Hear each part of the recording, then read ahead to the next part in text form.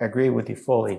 We need to stop this sort of, here's the policy track, you go do these things and go work in government. Here's the engineering technology track, you do this and found a company. We have to bring people together. If we can't do it in our environment in the university, how are we going to expect it to happen out in society?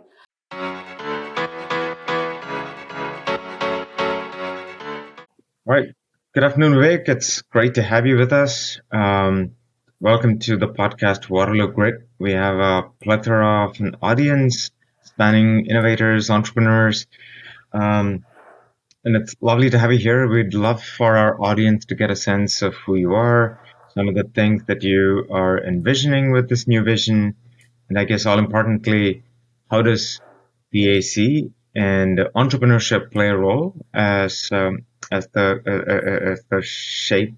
we shape the future of some of these entrepreneurs who are now listening in. So, welcome, good to have you. Happy New Year. To kick things off, we'd love to hear from you a little bit about yourself, your background, your upbringing, what led you to the current role that you are at, etc. Great. Well, Jay, first of all, it's great to be here on this podcast, and I look forward to sometime soon having an opportunity to meet with you in person. It feels like we've been talking for almost a year in different ways over the internet. I was born in India, but my family left when I was just a child, 4 years old.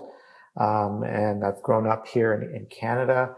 I trained as a physician and went into public health, which until a few years ago, most people didn't really know much about. But now I think people have a better understanding what public health does.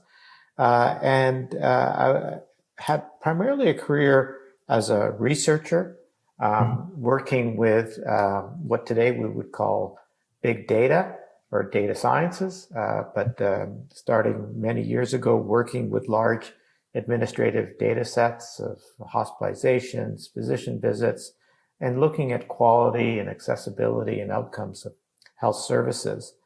And as a researcher, it often happens, I started to get more involved in leadership roles in administration, and have had a series of progressive roles of university leadership, but I've also had opportunities to be involved in new organizations. After SARS in Ontario, I was asked to lead the development of the agency now known as Public Health Ontario. And I also spent a stint working in California as chief academic strategist for Coursera, which is an ed tech startup which recently went public. So I've also had experience in working in the startup community and in Silicon Valley and getting that perspective as well. So I think all of these things have helped prepare me for this role at the University of Waterloo. Fantastic. And that's one of the things I noticed, as well as, of course, admired, Vivek, spanning an entire range of not just organizations, but different roles. A couple of questions there. One, how did one end up preparing you for another, right? And I'm sure the diversity of those roles really have added to your repertoire of experience. And the second is, do you have one that you can look back upon and say, well, this was the most challenging, and what your learnings were from it? Yeah. So on the first question, I would say my training and experience working in public health has really prepared me for a broad range of leadership roles. And one of the things about public health is, you go both work at sort of the individual level as a physician. You see patients, you understand what their issues are, the context in which they live, and what diagnosis they have and what treatments you might want to prescribe for them. So you really have a good understanding of working at that individual level. But as a public health physician, you also work at a population level. So you got to analyze data, you got to look at trends, and you got to weigh decisions. You got to weigh the impacts of things that may quite honestly be harmful to some people in order to have a positive impact for others or for a larger number. And so that is really the essence of leadership, right? You have to understand things at that individual level, the people that you're working with, the customers that you're serving, the students that you're serving. But you also have to be able to collate and bring things together at the aggregate level. And so I think that served me well in all of my leadership roles. There's so many things that have been challenging and difficult in different phases of my career. But I think what I've just said about public health probably reflects on the things that are always the most challenging when you have to make a decision or make a recommendation that is going to be disruptive to some in order to provide population level benefits. And so when I worked in Public Health Ontario, and nothing on the scale of what my colleagues working in public health during COVID have to deal with and the decisions they have to make with. But, we did have to make recommendations around recalls of food, if there's a foodborne outbreak, and or other types of shutdowns on a smaller scale. And at the time, I would always reflect on, someone is getting harmed in this, even though we're going to protect the health of the population.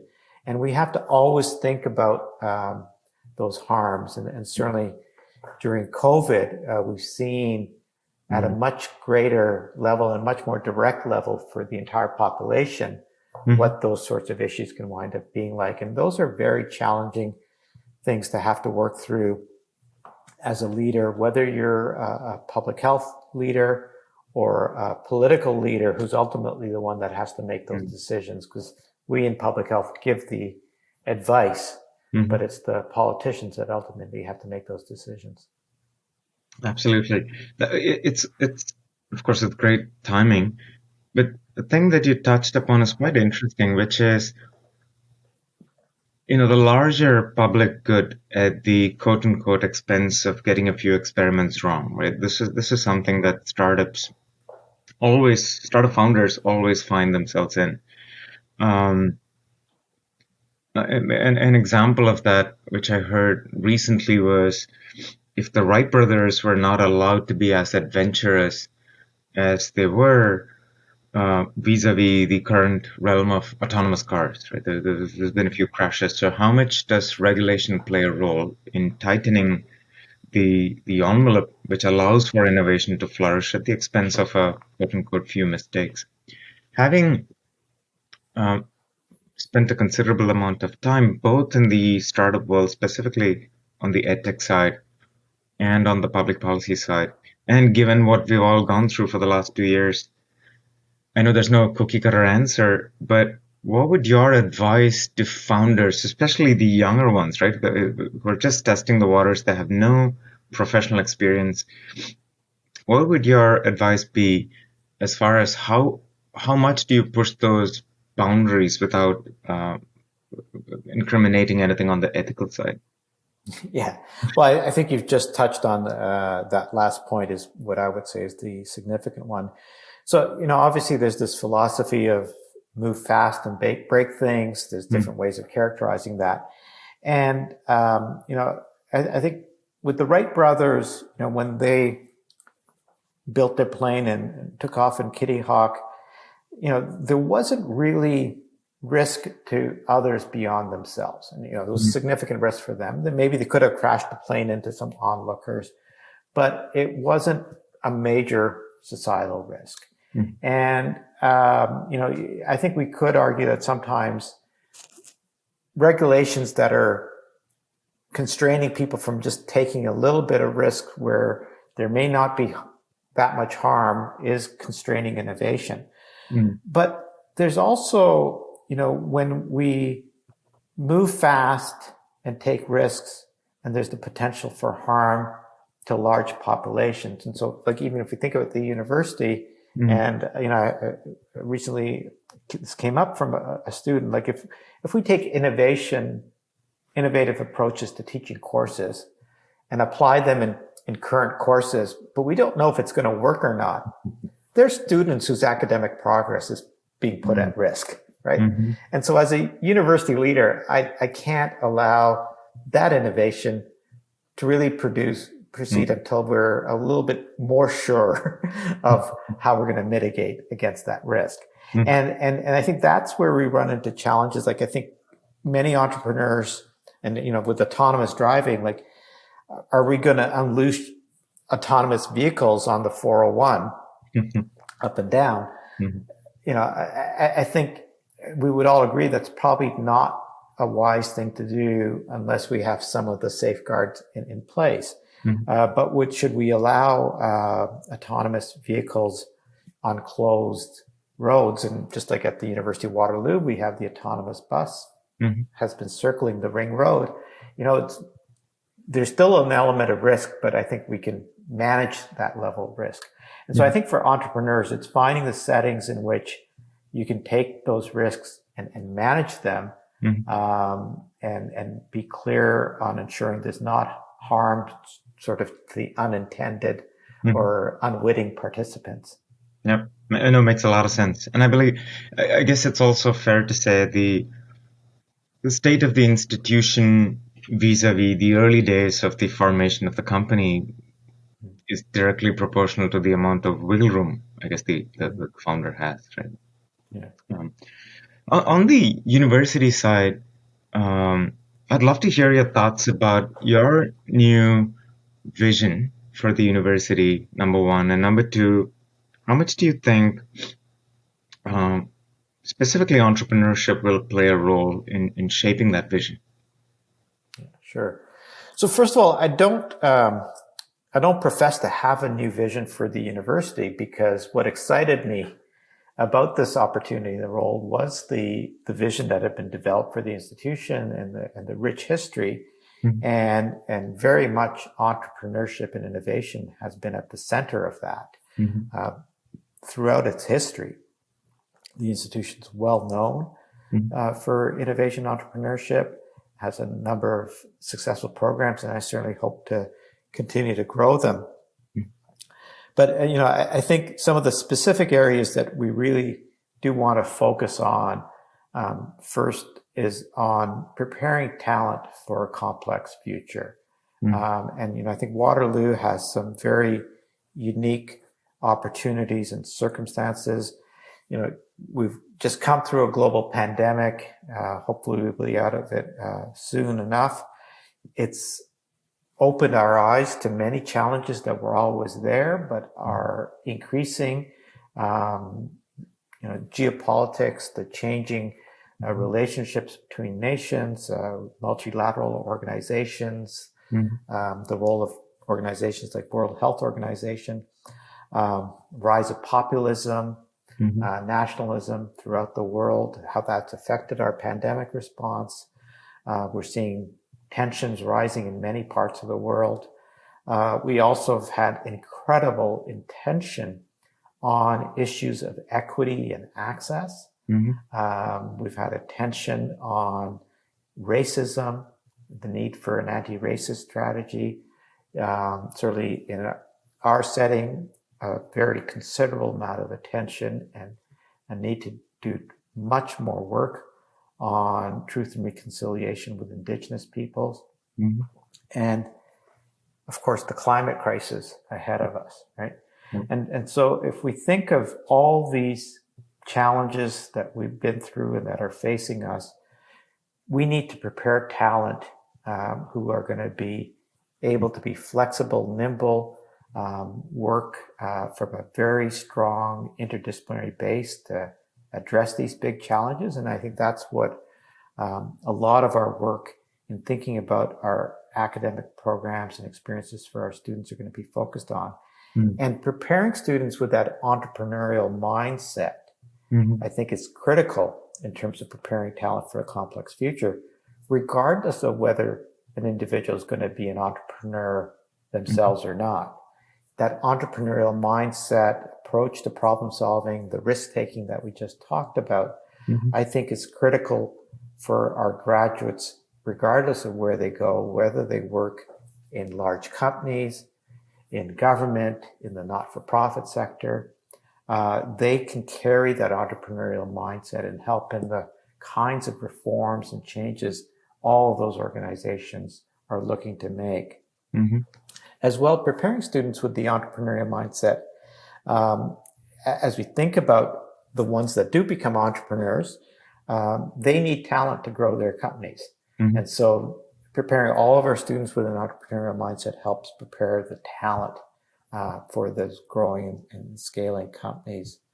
Obviously, we do want to have programs that support the entrepreneurs, and the ones that will be founding those companies will be scaling those companies. And that's where working with organizations such as yours, Communitech, and other partners in the region and beyond is critical so that we can have a pathway for those entrepreneurs. Also, a big part of the institution's vision is around conducting research that brings people from different disciplines together to address those big challenges that I've identified: sustainability, our health challenges, how we address the digitization that has really accelerated as a result of the pandemic.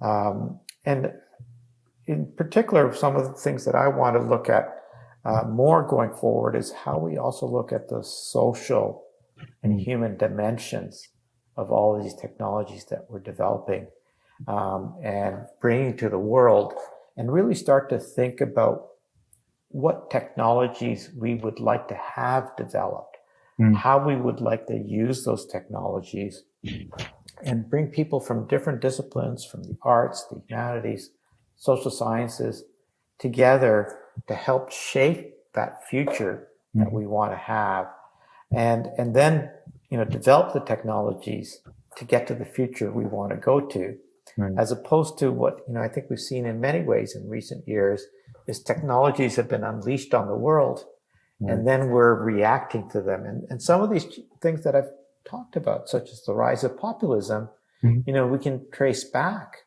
to the growth of technologies like social media. And so I think we've had some important lessons in recent decades that we can learn from, and Waterloo can help lead the way going forward.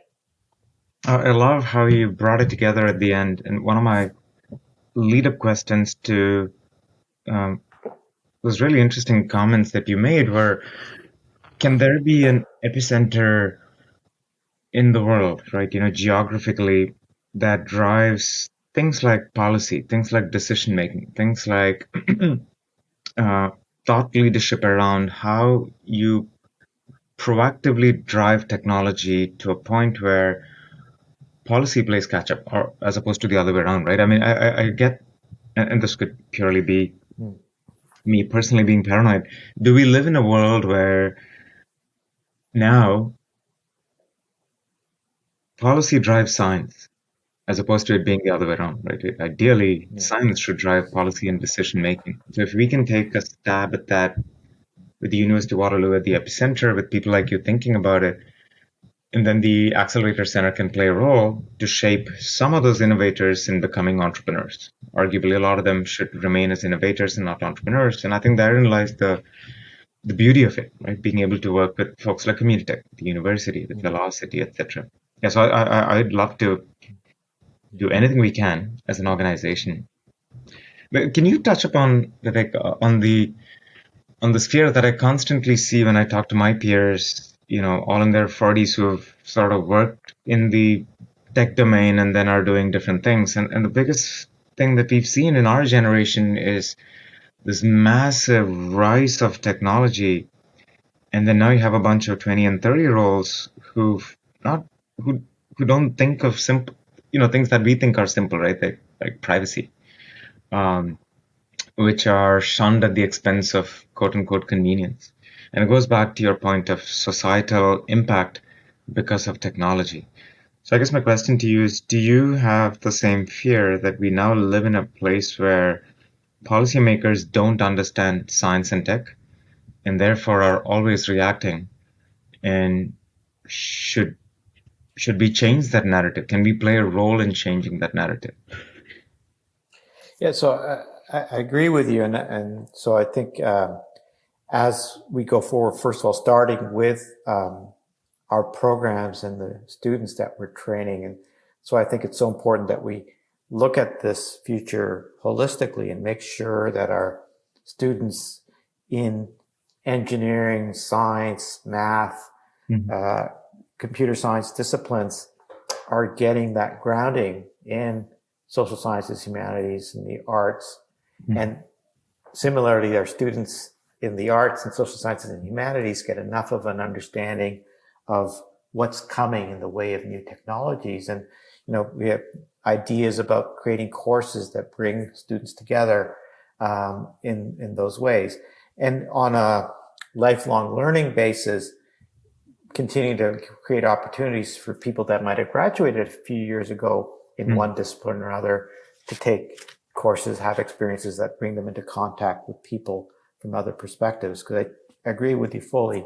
We need to stop this sort of, here's the policy track, you go do these things and go work in government. Here's the engineering technology track, you do this, found a company. We have to bring people together. If we can't do it in our environment in the university, how are we going to expect it to happen out in society? You mentioned the example of autonomous vehicles a few minutes ago.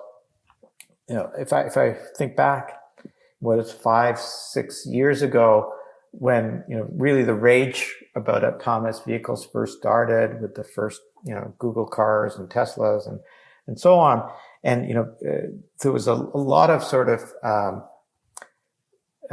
bravado from the tech community. We're going to I think I remember around 2015, people saying by 2020 we'll have autonomous vehicles navigating the highways, right? And we're in 2022 and it hasn't happened. But one of the things that I saw was that we didn't really think through what is it we wanted to do, like what's it going to mean for humans. And in subsequent years, we started to think about how will this change vehicle ownership? What's this going to have its impact on cities? And so that's where I think if we got the people from urban planning and from different policy domains together and say, okay, what is it we want that city of the future to look like? And how would we want transportation networks to work? Where do we want public transit to be at? Where do we want private vehicles to be at? And then start to design the technologies to get us there. Then I think, that regulatory challenge would be a different one, right? Because you're trying to develop something to meet where people have decided they want to go. Right. And so how do we create the environment that will have those kinds of conversations, that kind of visioning, and ensure that people can speak each other's languages? And I think that comes right back to the education aspect. Fully agree, 100% agree. And anything that we can do to sort of contribute in the right direction there will be very interesting, especially maybe just to pick up on the point you made about having a place in the world. Like I think I'm sure we agree on this, is that Waterloo has a really great opportunity to be a place in the world that can really convene these kinds of conversations. You mentioned Accelerator Center, Communitech. We also have CG, right? So we have an international think tank right now in the heart of the region. And so, we have quite a few assets in the region that make us relatively unique for a community of this size. And, in addition to University of Waterloo, we have Wilfrid Laurier and Conestoga College. So we have 3 post-secondary institutions in the region. And we're situated in Canada. And so we think about the geopolitical tensions that I mentioned and in this world that's rapidly changing. Canada has an opportunity to be one of the places that's not tied to one of these emerging points of tension between the major superpowers. And, Right. and so, let's have those conversations on tech for good and Yeah. or ethical AI, however we want to frame it, Mhm. and stake out a place for the region of Waterloo.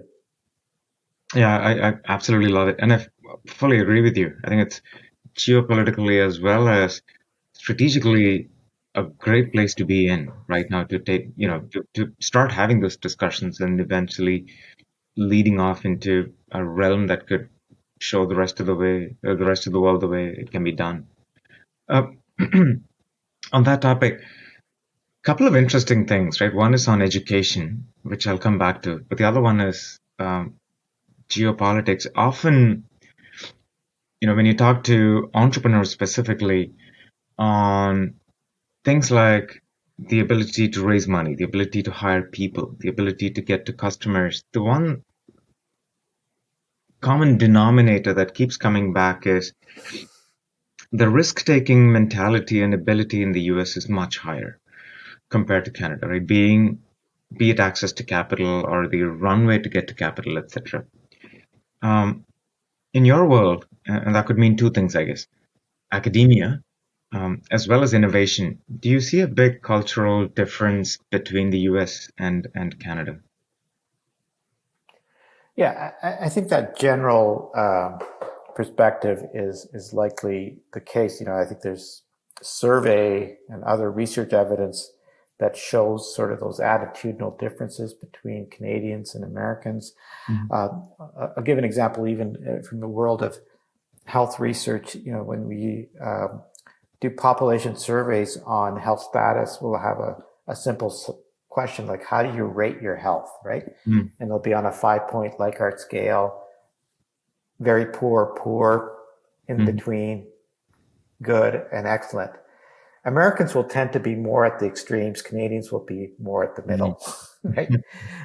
Overall average health winds up being rated about the same. Right. But, on any kind of survey instrument, you get that kind of extremes. And so there is a cultural difference, Mhm. and certainly plays out in the degree of risk taking that we see, both in terms of our entrepreneurs, but as you mentioned, in terms of finance, in terms of procurement. So like the issues that we face when entrepreneurs are trying to sell into Mhm. Canadian systems, whether it's healthcare or government. In the US, they've had long-standing programs like the SBIR, the Small Business Innovation Research Credits, that help those small businesses get their innovations into government procurement programs. Mhm. So they help to de-risk things for those businesses and the government. So we just haven't had the culture of developing those things historically. I think we're starting to see changes around that. Mhm. But there is also, there's a different political system. There's many other differences between our two countries. Mhm. I don't have an easy answer to that. I think that's where some of the things that, again, we work on at the university and with places like Velocity and you work on is helping people develop that kind of mindset, as we talked about, Mhm. and be prepared to learn from the models south of the border and in other parts of the world. But the one thing I would say, it's we can't try to become like the U.S. Mhm. We have to figure out what's right for our environment here. And just like, people look to Israel, Mhm. and, there's been some great successes in Israel with innovation, entrepreneurship, and commercialization. But, Israel is a small country. Mhm. It's under constant threat of war. Mhm. And so, it's a very different environment from a political, cultural, social perspective. And Mhm. so we can look at sort of the policy things that they have in Israel, but we can't just bring them and drop them into Canada. Right. And I would say it's the same thing. We can look at the policy things that are being done Mhm. to support innovation in the United States, and we can learn from them. But I Mhm. don't think we should try to replicate them here. Yeah, makes a lot of sense. On that topic, right? One of the hot topics these days is IP. Um, in the world that you're in, to some degree, the world that I'm in, often there's the professing that the IP needs to remain within the geographical boundaries of Canada. Now, the challenge, of course, is as the IP emanates and evolves from a lab or a university into a commercial vehicle, that commercial vehicle eventually is going to seek capital, raise capital, and end up in a geography where it's monetized and values then attributed to that entity, and by then it's potentially left the country, right? So two questions, I guess. One is, can that flow be ebbed? And I guess a bigger philosophical question is, should it be ebbed? Should it chase where the greatest opportunities are and let it flourish? Yeah, that's a very complex issue, and I know at times becomes very contentious. And I think again we need to be clear on what problem we're trying to address, and we often frame it around the ownership or custody of the IP, and where you framed it as should stay in Canada or in Ontario where it's been created. And my sense is the public policy challenge that people want to address is the benefits from the creation of that IP, if it's been created here, should come back to the region where it was generated from. And I think if we focus on that as the problem and less so on the ownership of the IP, I'm not discounting the importance of the ownership and the need to protect IP. And we can come back on that. There's lots of things we can and should be doing better around that. But if we only focus on ownership and we don't have those other things that we talked about, people that can take that IP and innovate with it and turn it into a product and get it to market, if we don't have the investors, we can own all the IP in the world here, but we're not going to generate any benefit from it. And so depending on the nature of the IP, maybe the most benefit is going to come from having it the IP itself move out of the country, but in a way that ensures there's net benefits back. And I think the challenge we've had is we've had IP flowing out without the net benefits. And if we have companies being founded, IP being transferred in, they're invested in by investors outside of the country, then we know what's ultimately going to happen, right? So we have to bring all parts of the ecosystem together to ensure that that IP has an opportunity to get developed and bring benefits to the region in which it's been developed, whether it's Canada or Ontario that we want to talk about. But we don't necessarily have to just focus on where it is going. Yeah, I love that. I love that idea of looking at benefits. In the last, I want to say 5 to 8 years, what India has done is interesting, and I guess the results will speak for itself. One is the central government has created these funds, and these funds are invested into the companies with a very benevolent, not-for-profit flavor.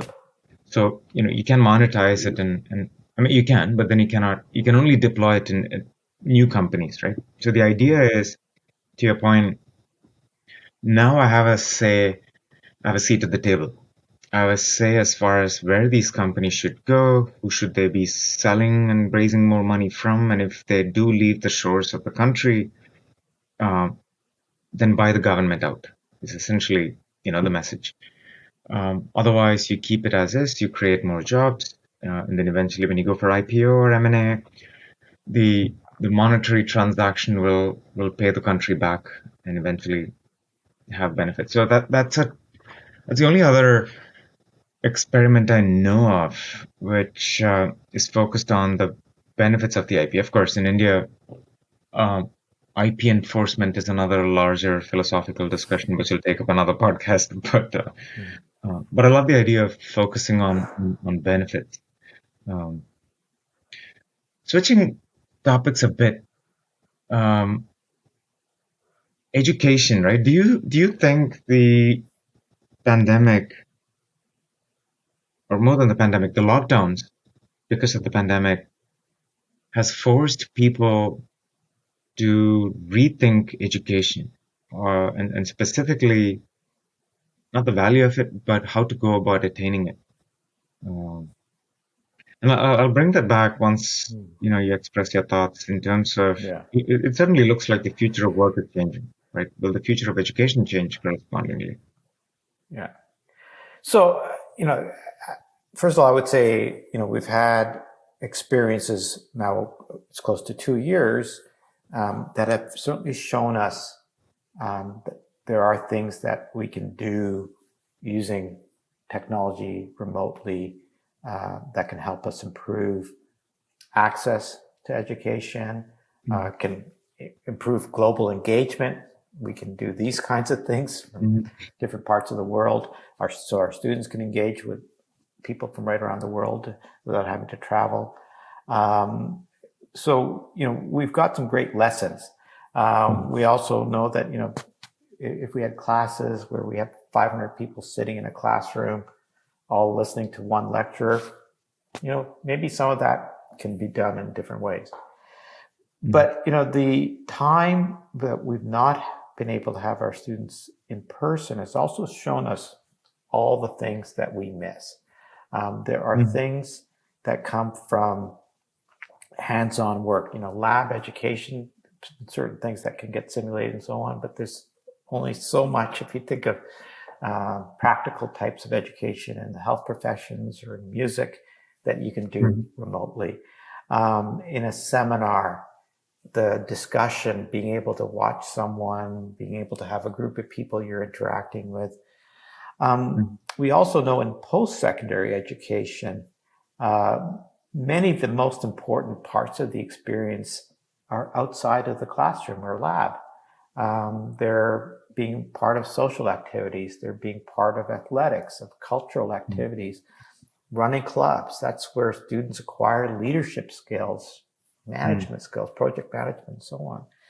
And so we can also see what the value of having that in-person experience is in terms of developing our youth. So I think, coming out of the pandemic, we will certainly have some important lessons around how we can use technology to improve what we do. I think we will continue to see, for some people in some settings, if you're not able to travel and get away from work to get your education, maybe some online tools are going to be useful for you to advance your education. But for many types of activities, I don't see that we're going to move away from that in-person activity, but we will certainly be using digital tools much more effectively in delivering those in-person programs. Got it. And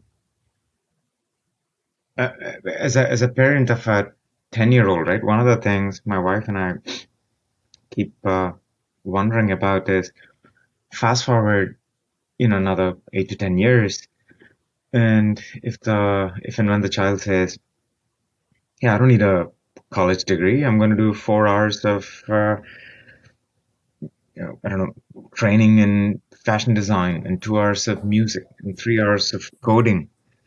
What would your advice more so as a parent, I guess, than as a president of a reputed university be, um, as far as addressing that question is concerned? Yeah. So, I'll pick on the example of coding,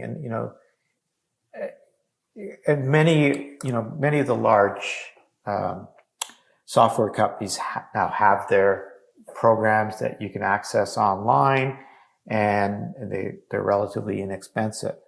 What I like to say is, okay, you can go and do that, and you can learn to use that particular piece of software. It might take you 4 hours or 16 hours and cost you a few $100s, and you've got that credential. It'll get you a job. Mm. If you want to be the person creating that software, thinking about what the next generation of software, you're not going to get that through those online courses. You need to come and do your Bachelor of Science in Computer Science or in engineering, and become the kind of person who's going to be developing that next generation of tools. And I think that's what I would be saying to my child is, do you just want to be the person, it's the equivalent of doing the same manual task over and over again. Like we're basically, as our economy continues to evolve, we're taking those tasks that 50 years ago were the manual tasks in factory and we called blue collar. And now they're going to be the same kinds of tasks that people are going to be sitting at their computers coding away. But the people doing those kinds of coding tasks are essentially going to be more like blue collar workers. And the people that are doing the knowledge-based tasks are going to, I would certainly expect, continue to have university degrees. Also just say, in entrepreneurship, we often think about the stories of the people that didn't have a university degree or dropped out, like Bill Gates. But if we look at the stats, it's in Canada, 95% of the tech founders have at least an undergraduate degree, and about 75% were educated in Canada, and almost half have a PhD. And there's similar stats in the United States. So we often think about that small minority where the dropouts or never went to university, but the vast majority are going to be people with university degrees. Yep. No, makes sense. There are often times when halfway through the entrepreneur's pitch, when it gets to the team, you see this line that says, "Oh, my founder and I have dropped out," and I keep wondering, as opposed to this being a statement of sex appeal, is it a good thing? It just sounds like a terrible thing, right? If you don't have the perseverance to finish a degree, just because a few of the rock stars and outliers in the valley have made it, why is this appealing? As we're running out of time, on a going forward, right? To address these constant shifts in the future of work, it's beginning to now look like, from our own experience, right? And you'll see this as a board member in data that gets presented to you as well. At the Accelerator Center, but two things at play, right? One is space. Is physical space important anymore?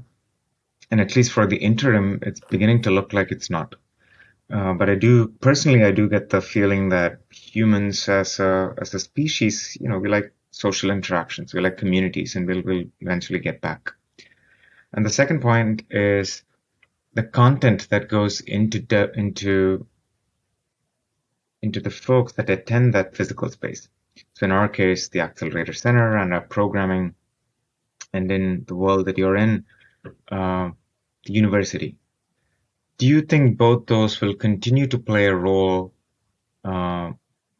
leading up to folks taking up employment? So in the future of work, it's beginning to look like space is no longer as big an issue. Content still is, and it might change, but so far, those are the pointers. And the space leading up to it, which is education, will both those ingredients play as key a role?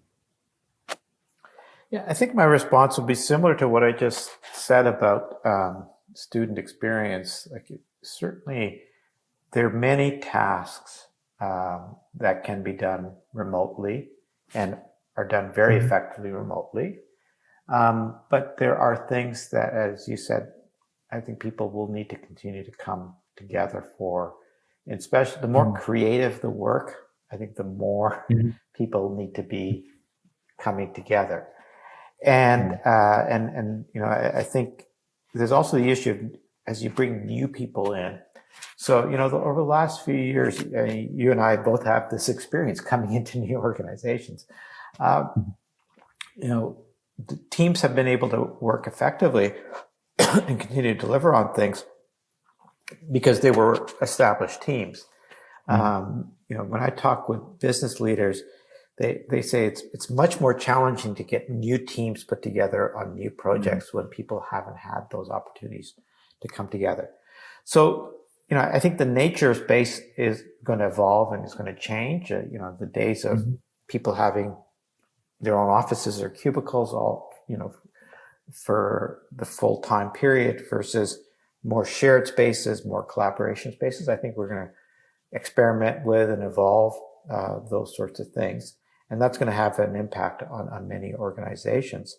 And I think as people are developing new enterprises, and I think that's what is going to be of most interest for places like the Accelerator Center, how much do they need to bring teams together and how often, I think will be the question. Again, I think depending on the nature of the work, maybe once every few months might be sufficient. I think for different other types of work, you're probably going to need your team together a few times a week at least, right? So to keep projects on track. So I think every organization, every type of task is going to start to evolve at its own pace. Right. Oh, for sure. The other thing that we are beginning to embark on is the fact that the digital medium now allows for geographical borders to disappear, right? So, for example, if you were to set up a company, and I guess COVID has only accelerated it, I guess early stage founders sort of knew it. If you set up a company in Canada where IP is protected, governance is rock solid, can you develop a sales team south of the border in the US and a dev team to keep costs low in India, right? So now I think digital transformation and tools during the lockdown have really, really accelerated that. And you can now think of doing all that on day zero as a founder, right? As opposed to raising a little bit of money and then doing it. Do you think, I don't know how, but do you think that has a role in the realm of education? Yeah, and I think certainly we're seeing ideas for programming that are distributed in that way. We used to have one model of giving students international experience, study abroad, you go for a term, you take a course or so on, or maybe you take a year abroad. Now we can start to think about different ways of bringing students together using technology that doesn't always have to involve them going for an entire semester or entire year. I think you still will want to have people get those experiences in the other environment. So, if your management team would have to go visit your dev team in India, your sales force, you probably want to bring and meet, you still want to bring people together, but they can certainly be much more distributed. And I think the same kind of evolution will certainly happen with education as well as other sectors of society. Yep, for sure. On a parting note, you touched upon the spirit of entrepreneurship in the way that it defines mindset and thinking in a very eloquent manner. But if you were to give a message out to entrepreneurs and students in your community, some of which will be a subset of entrepreneurs, looking out into the future, what would that be? I think my key message is, especially if you're a student now, is take the opportunity to learn from as many different areas as possible. We all too often stay within our own discipline, within our own program. And as we've talked about, universities are such great places with such amazing breadth, and take the opportunity to learn as much about as many different things as possible, because you'll never know what's going to be useful down the line. Yeah, absolutely. Yeah, I can vouch for that. When I do remember going to an electrical engineering course, and my somebody sitting next to me said, "Fast Fourier transform. When are we ever going to use this?" And turns out, day one of my first job, I was using fast Fourier transformations, which was spectacular. But what I did much later in life. But I agree with you. The amount you can learn at a university, and again, I think this is the line that I learned much later in life. The brevity of it. Youth is wasted on the young. Right? I didn't get it. I didn't get it when I was in my 20s. But going back to having a university life where I could have maximized that adage, man, what I'd give to get that back. So I agree with you. Yeah. Awesome. Thanks a lot, Vivek, for your time, your valuable insights. There's a ton of topics in the conversation that we had, which we could meander off into, but unfortunately, we're out of time today. But I'd love to have you back, and your bandwidth permitting, of course, to talk about some of the more deeper conversations. But thanks a lot again. Have a wonderful week. Stay safe. Take care. Well, thank you for having me. Look forward to future conversations. Absolutely. See you, Vivek. Waterloo Grit is sponsored by the David Johnston Research and Technology Park. Our show is edited, produced, and managed by BlueMax.